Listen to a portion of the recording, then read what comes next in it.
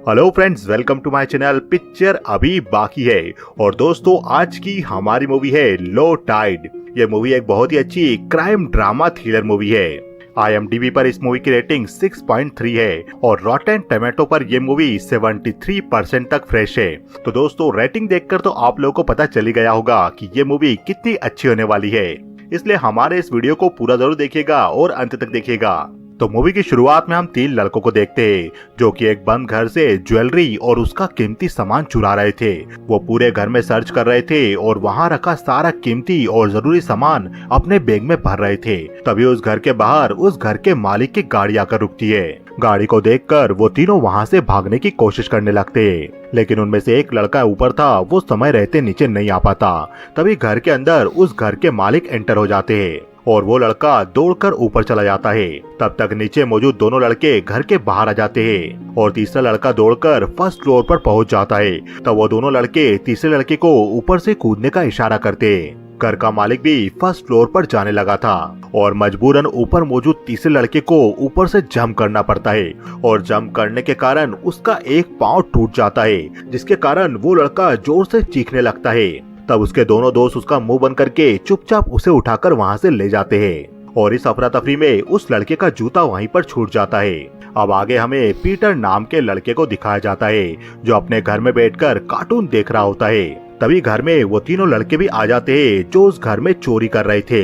Peter भी उन तीनों को देखता है जो चोरी करके आए थे और चोरी के सामान को देख रहे थे।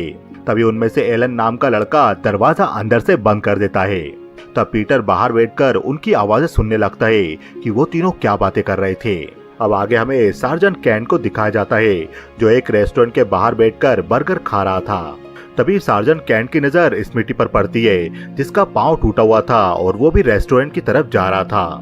कैंट स्मिटी का टूटा पाँव देखकर उसके बारे में सोचने लगता है।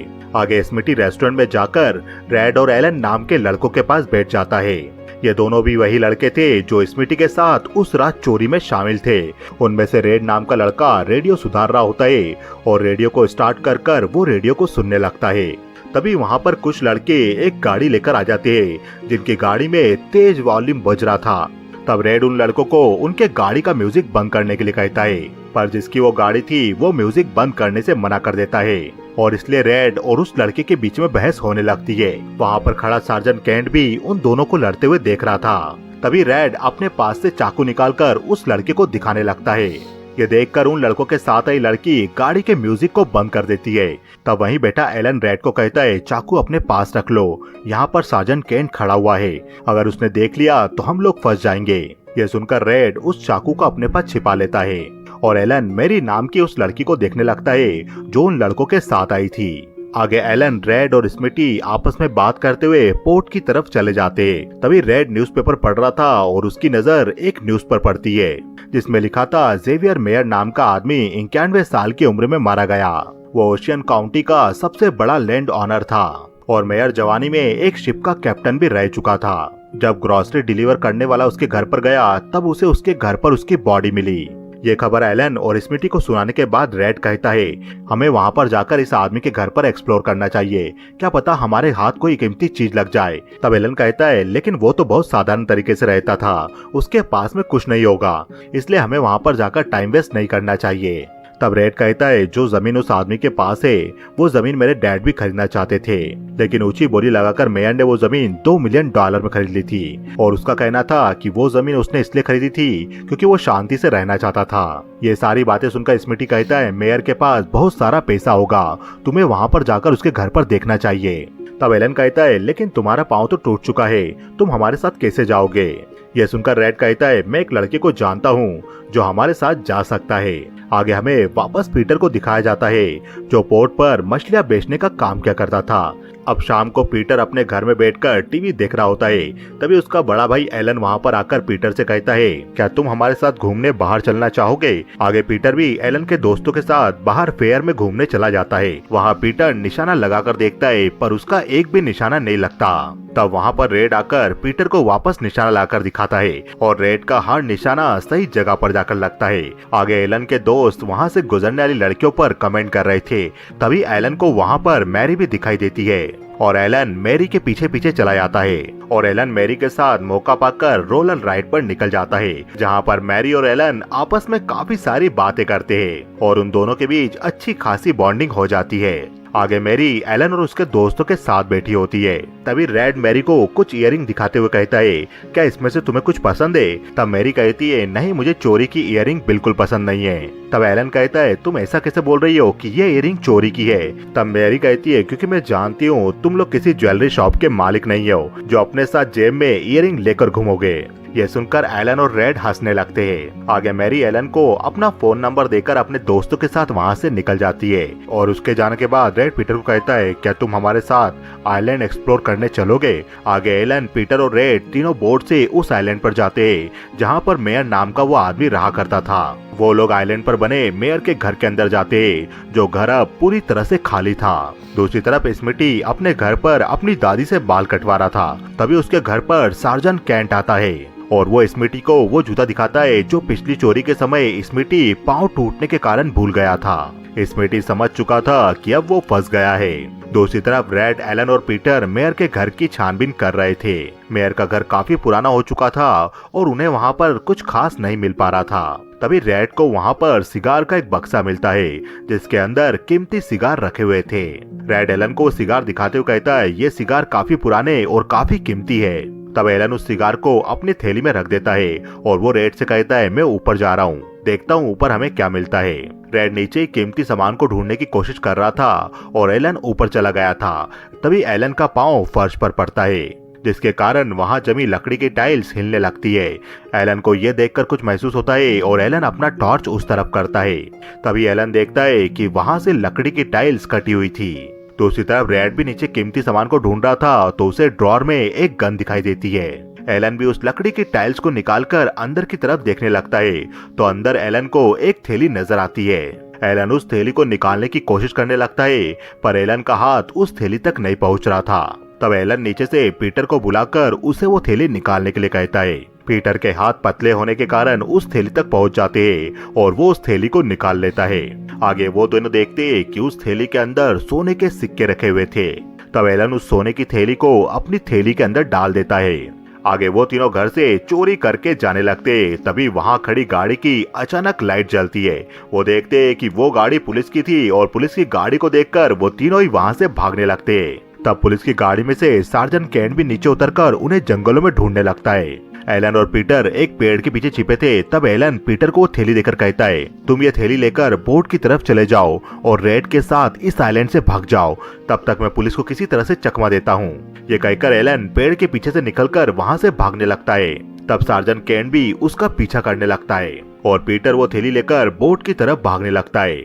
उस बोट में पहले से रेड पहुंच चुका था और वो उस बोट को वहां से ले जाने की कोशिश कर रहा था। तब पीटर भी वहां पर पहुंचकर रेड को रुकने के लिए कहता है ताकि वो उसे भी ले जाए, पर रेड पीटर को देखकर भी वो बोट अकेला ही वहां से लेकर निकल जाता है। दूसरी तरफ एलन पुलिस से बचकर भाग रहा था। तभी पेड़ से टकराकर वो नीचे गिर जाता है और ऑफिसर केंट एलन को पकड़कर उसके हाथों में हथकड़ी लगा देता है। अब आगे सार्जेंट केंट एलन को पकड़कर अपने साथ पुलिस स्टेशन ले जाता है। तब पुलिस स्टेशन में नेट नाम का एक लड़का भी बैठा हुआ था और वो एलन को देख लेता है। आगे सार्जेंट केंट एलन से कहते, यदि मैंने तुम्हारे घर में इस बारे में बता दिया तो वो लोग तुम्हें घर से बाहर निकाल देंगे। तब एलन कहता है, मेरे पिता अभी घर में नहीं है और वो जल्दी नहीं आने वाले। तब केंट कहता है, तो तुम्हारे पिता फिशिंग क्रू में काम करते हैं। मैं भी तुम्हारी एज में तुम्हारी तरह हुआ करता था और तुम्हारी उम्र में लोगों को तय करना होता है कि वो अच्छे आदमी बनेंगे या फिर वो बुरे आदमी बनेंगे। बुरे आदमियों को कभी भी ये बात महसूस नहीं होती कि वो लोग बुरे हैं, पर मैं तुमसे प्रॉमिस करता हूँ कि यदि तुम बुरे आदमी बने तो एक ना एक दिन जेल जरूर जाओगे। ये देखो, इस लड़के का नाम मार्कस है और इसे स्विमिंग पूल में किसी ने चाकू से मारा था क्योंकि मार्कस ने रेड की एक्स गर्लफ्रेंड को डेट करने की कोशिश की थी। इसलिए रेड ने ही मार्कस पर चाकू से हमला किया था। मार्कस का काफी सारा ब्लड बहा था, वो मर भी सकता था, पर वहाँ पर मौजूद किसी ने भी रेड को चाकू से हमला करते हुए नहीं देखा। क्या तुम्हें इस बारे में कुछ पता है? तब एलन कहता है, मुझे इस बारे में कुछ नहीं पता। तब केंट कहता है, स्मिटी कल रात तुम्हारे साथ नहीं था क्योंकि उसका तो पाँव टूट गया था। तो रेड और तुम्हारे अलावा तुम्हारे साथ वो तीसरा लड़का कौन था? क्या तुम अपने छोटे भाई को भी क्राइम की दुनिया में तो नहीं घसीट रहे हो? दूसरी तरफ हम एलन के छोटे भाई पीटर को देखते हैं जो अभी भी उसी आइलैंड पर मौजूद था और पीटर के पास वो चोरी का सामान भी था जो उन्होंने कल रात चुराया था। आगे चलते हुए पीटर को उस आइलैंड पर कुछ लोग दिखाई देते हैं जिनके पास उनकी बोट भी थी। उन्हें देखकर पीटर उस चोरी के सामान को जंगल में निकाल कर देखता है। उस चोरी के सामान में वो सोने के सिक्कों की थैली भी मौजूद थी। आगे पीटर उन सभी सोने के सिक्कों को आइलैंड पर ही छिपा देता है और आइलैंड पर मौजूद बोट वाले आदमी को वो सिगार देता है। तब वो आदमी कहता है, यदि मैं बोट से तुम्हें दूसरी तरफ छोड़ दूंगा तो तुम मुझे सिगार का बॉक्स दोगे? पीटर कहता है, हाँ बिल्कुल। ये सिगार का बॉक्स भी वही था जो उन्होंने घर से चुराया था। आगे वो बोट वाला आदमी पीटर को लेकर आइलैंड के दूसरी तरफ जाने लगता है। एलन भी पुलिस थाने से अपने घर में आता है तो उसके घर में रेड और स्मिटी बैठे हुए थे। तब एलन उन दोनों से पूछता है, पीटर कहाँ पर है? तब रेड कहता है, मुझे तो लगा वो तुम्हारे साथ था। मैंने बोट से काफी देर तुम दोनों का इंतजार किया लेकिन तुम दोनों ही नहीं आए, इसलिए मैं वहाँ से निकल गया था। मुझे लगा पुलिस ने तुम्हें पकड़ लिया होगा। तब एलन कहता है, यदि पीटर को कुछ हो गया तो मेरे पिता मुझे मार देंगे। और पुलिस को ये बात कैसे पता चली कि हम लोग मेयर के घर पर गए थे चोरी करने? तब रेड कहता है, मैं भी यही सोच रहा था। तब वहीं बेटा स्मिटी कहता है, हाँ ये बहुत ही अजीब है, ऐसा कैसे उन्हें पता चला होगा? तब एलन कहता है, हमें पीटर को ढूंढने आइलैंड पर वापस जाना होगा।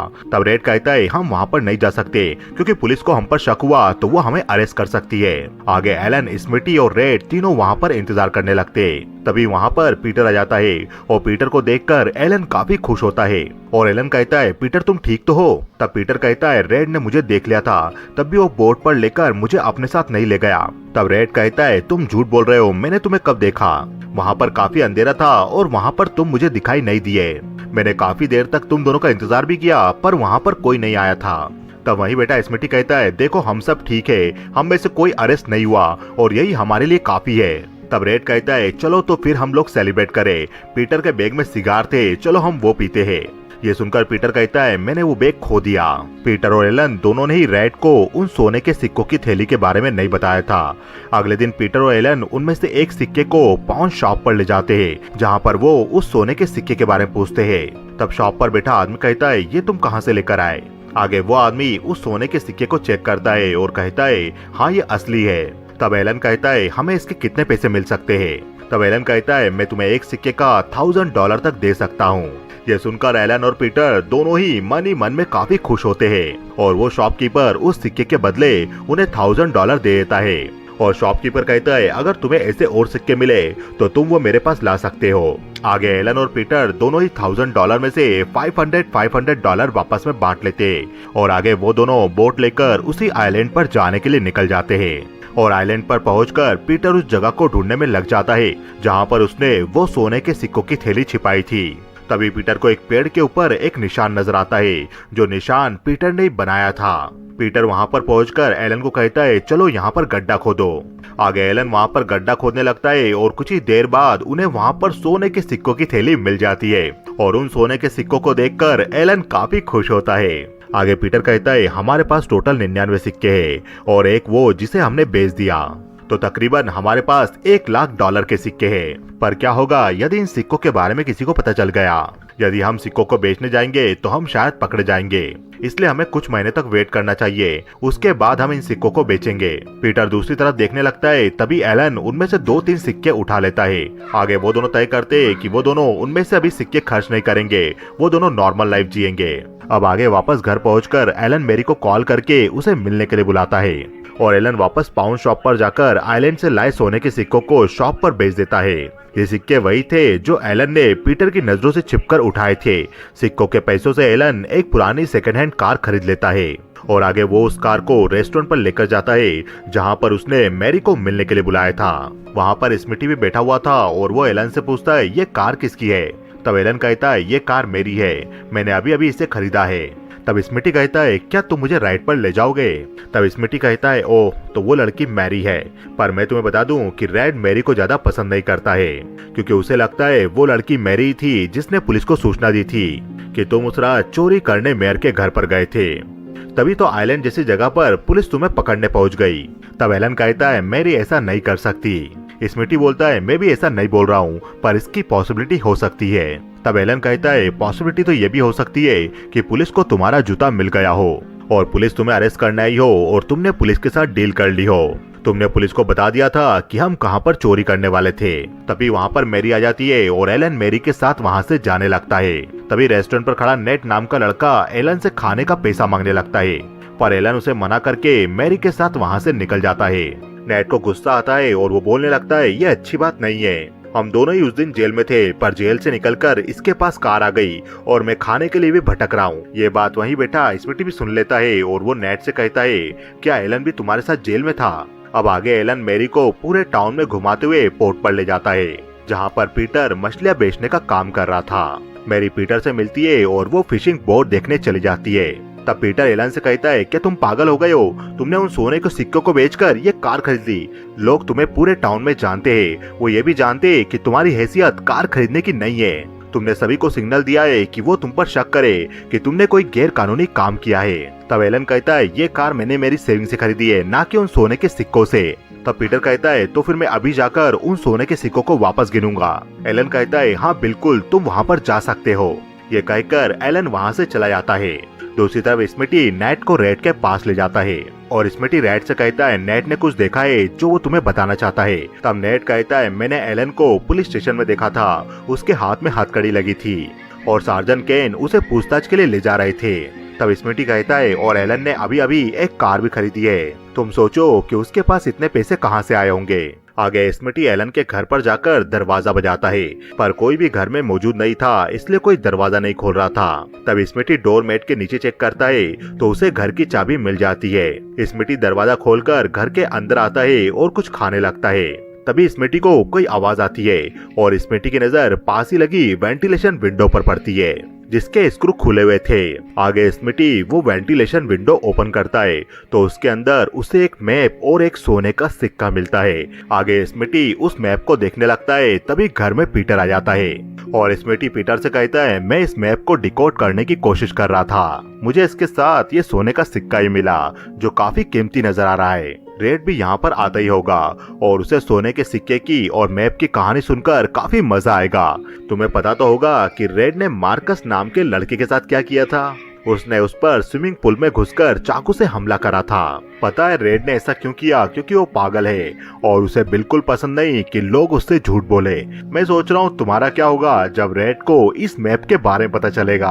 आगे वहाँ पर एलन भी आता है और स्मिटी एलन से कहता है, तो मुझे भी हिस्सा दोगे या फिर रेड को मैं सब कुछ सच सच बता दूं।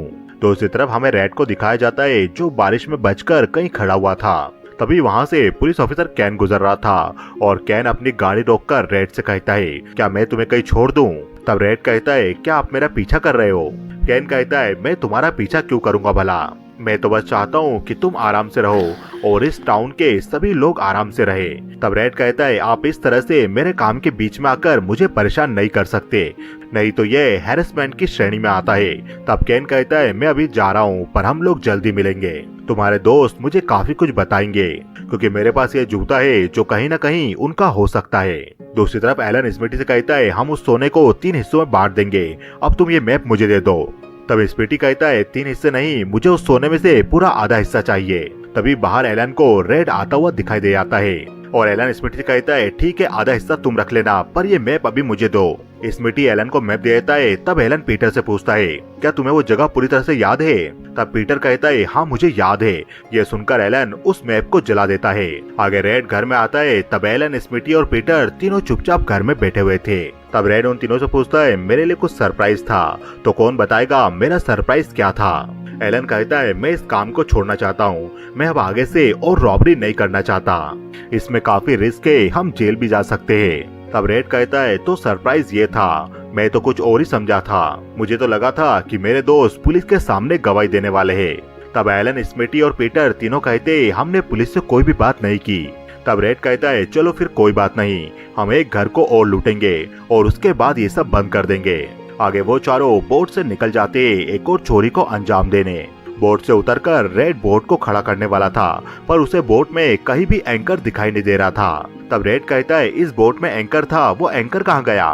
तब पीटर कहता है, हो सकता है वो एंकर कहीं खो गया हो। तब रेड कहता है, पीटर तुमने उस एंकर के साथ क्या किया? चलो छोड़ो, हमें चलना होगा। आगे वो लोग एक बंद घर में घुसते हैं, जहाँ पर रेड उन तीनों से कहता है, तुम तीनों ऊपर जाकर खोजबीन करोगे और मैं यहाँ पर नीचे रहूंगा ताकि कोई आ न जाए। वो तीनों सीढ़ियों से होते हुए फर्स्ट फ्लोर पर चले जाते हैं और वहाँ पर कीमती सामान ढूंढने लगते हैं। तभी नीचे मौजूद रेड पुलिस को कॉल करके वहाँ से निकल जाता है। पुलिस वहाँ पर पहुँच जाती है और वो एलन, स्मिटी और पीटर को रंगे हाथ पकड़ लेती है। रेड ने ये सब उन तीनों को फंसाने के लिए किया था और रेड वहाँ से बोट लेकर जा रहा होता है। तभी उसकी बोट रास्ते में बंद हो जाती है। दूसरी तरफ एलन, स्मिटी, पीटर को पुलिस ने पकड़ लिया था। एलन पुलिस की गाड़ी में बैठा हुआ था। तभी वो दूसरी गाड़ी में मैरी को देखता है। जिस घर में रेड उन तीनों को चोरी करने ले गया था, एक्चुअली में मैरी का ही घर था। मैरी भी एलन को देखती है और एलन को काफी शर्मिंदगी महसूस होती है। दूसरी तरफ रेड अपनी बोट को सुधरवा रहा था। तब मैकेनिक उससे कहता है तुम्हारी बोट सुधर जाएगी। तभी रेड उस मैकेनिक के हाथ में वही सिगार देखता है जो सिगार उसे मेयर के घर पर मिली थी और पीटर ने वो सिगार इसी बोट वाले को देकर आइलैंड से शहर तक जाने की लिफ्ट ली थी। रेड उस सिगार को पहचान गया था और वो उस मैकेनिक से पूछता है तुम्हारे पास ये सिगार कहाँ से आई। दूसरी तरफ कैन स्मिटी से पूछताछ कर रहा होता है और वो उससे उस सोने के सिक्के के बारे में पूछता है। कैन पूछता है तुम्हें ये सिक्का कहाँ से मिला, मुझे बताओ। तब स्मिटी कैन को अपने पाँव का प्लास्टर दिखाता है जिसके ऊपर वही मैप बना था जो मैप एलन ने जलाया था। स्मिटी कहता है बहुत सारा सोना मैप में इस जगह पर छिपा गया है। तब सार्जेंट कैंट स्मिटी को अपने साथ ले जाने लगता है और एलन और पीटर भी उसे कैंट के साथ जाते हुए देख लेते हैं। ये देखकर एलन चिंता करने लगता है कि अब वो सोना उनके हाथ नहीं लगेगा। तब पीटर कहता है तुम चिंता मत करो, वो सोना उन्हें नहीं मिलेगा। तभी वहाँ पर एक पुलिस वाला आकर पीटर को कहता है तुम्हारा नाम पीटर है ना, तुम्हारी बेल हो गई है। तभी वहाँ पर उस पाउन शॉप का ऑनर आता है और वो पीटर से कहता है मैं एक ही आदमी की बेल करवा पाया। तब पीटर कहता है लेकिन मैंने तो आपको फोन करके 2 लोगों की बेल के लिए कहा था। तब वो ऑनर कहता है मेरे पास इतना पैसा नहीं था कि मैं तुम दोनों की बेल करवा पाता। मैं बस एक मामूली सा शॉप ऑनर हूँ, फिर भी तुम दोनों मेरे करीबी जैसे हो। तुमने मुझे काफी फायदा पहुँचाया है। क्या तुम्हारे पास कोई ऐसी चीज है जिसे देखकर मैं तुम्हारी बेल करवा सकूं? तब एलन कहता है मेरी कार है जो होटल के बाहर खड़ी है, तुम उसे बेच सकते हो। दूसरी तरफ स्मिटी कैंट को उस आइलैंड पर ले जाता है और जहाँ पर सोना छुपाया था उस जगह को खोजने की कोशिश करने लगता है और वो कैंट से कहता है वो जगह यहीं कहीं होनी चाहिए। तब कैंट कहता है लेकिन तुमने तो कहा था वो सोना तुमने छिपाया था, क्या तुम्हें उस जगह के बारे में नहीं पता? तब स्मिटी कहता है मैंने वो सोना नहीं छिपाया था, लेकिन मैं उस जगह का पता लगा सकता हूँ। ये सुनकर कैंट गुस्सा होकर वहाँ से जाने लगता है।